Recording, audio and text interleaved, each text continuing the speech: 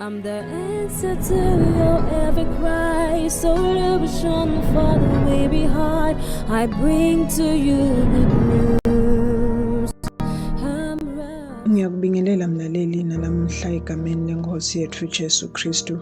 Angomukeleke nalamuhla elihlelweni lwethu lokufunda incwadi yethu yemihla ngemihla lesibhalelwe ngumfundisi Chris Oyakhilome DSC. Lamhla ke ngomgcibelo tilishumi nakuthathu kwenyanga yenhlaba ku-2026. Umfundisi uthi wasikhipha kuze atosingenisa. Livesi ke lekuvula litholakala encwadini yaDeuteronomy isahluko sesithupha livesi le-23 lithi kodwa wasikhipha lapho wasiletha lapha wasipha lelive lalethembisa ngokufunga kwakhe kubokhokho bethu. Haleluya. Uthi-ke umfundisi kuhlale kunekwenda kwebukhosi ngenhloso etendweni taNkulunkulu. Ngesikhathi yakhipha abantwana baka-Israyeli eGibhithe, kwakungesiyo inhloso yakhe kubalahla ihlane.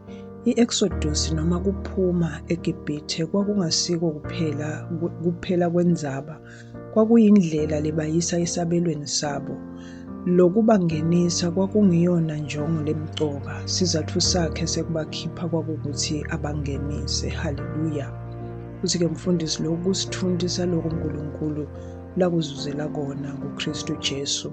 Insinziso ingetulu kokukhululwa esonweni, kukungena ekulungeni, kwethulwa enkululekweni nasekubuseni. Kuba seKolose isahluko sekuqala livesi le-12 uyevesini le-13 uthi nibonge uyise wasikhulula emandleni ebumnyama wasibeka embusweni wendvodzana yakhe lethandzekako. Haleluya. Uthi-ke umfundisi naka akazange akukhipha ebumnyameni bese uyakushiya nje emseni waSathane kanye netimo tasemhlabeni, kodwa wakungenisa ekukhanyeni kwakhe lokumangalisako, empilweni yenkhatimulo lechubekako kanye nekuncoba lokungapheli. Ngako-ke akukeneli kutfokotela kutsi wakukhipha esonweni noma ebumnyameni.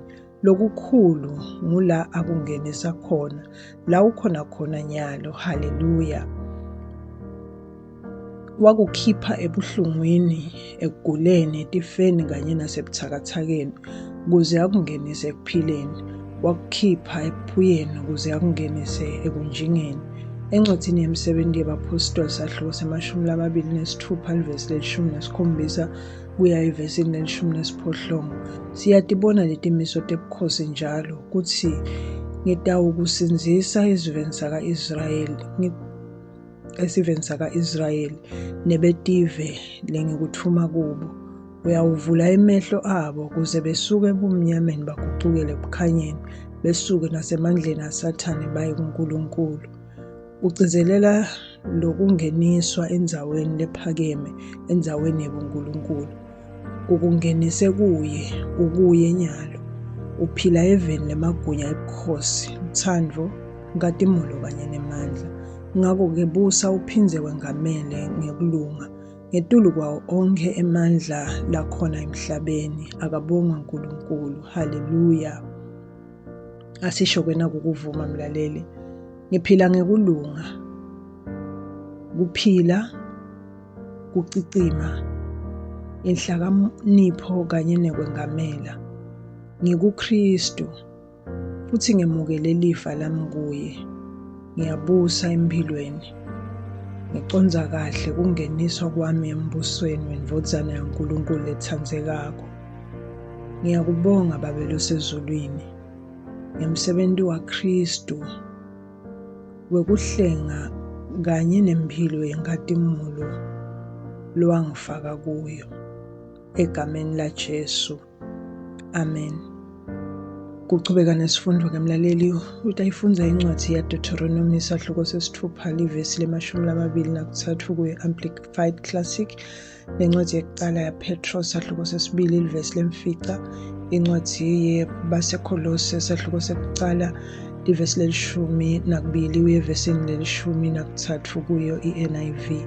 Bese-ke kuthi elihlelweni lokufundza iBhayibheli ngeminyaka munye utafundza incwadi yemisebenzi yabapostoli isahluko sesine livesi lekuqala uyevesini le-31 kanye nencwadi yesibili yetiKronike isahluko se-16 uye esahlukweni se-15.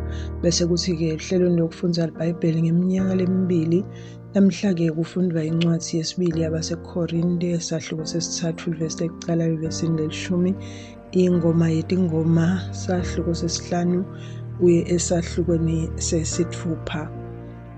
Ngithanda-ke kubonga mlaleli ukuthi uhlale nami sisafundza livi leNkosi. Ngikholwa-ke ukuthi ubusisekile nalamhla sisafundza sibona nakulokulandzelako. Inkosi ikubusise.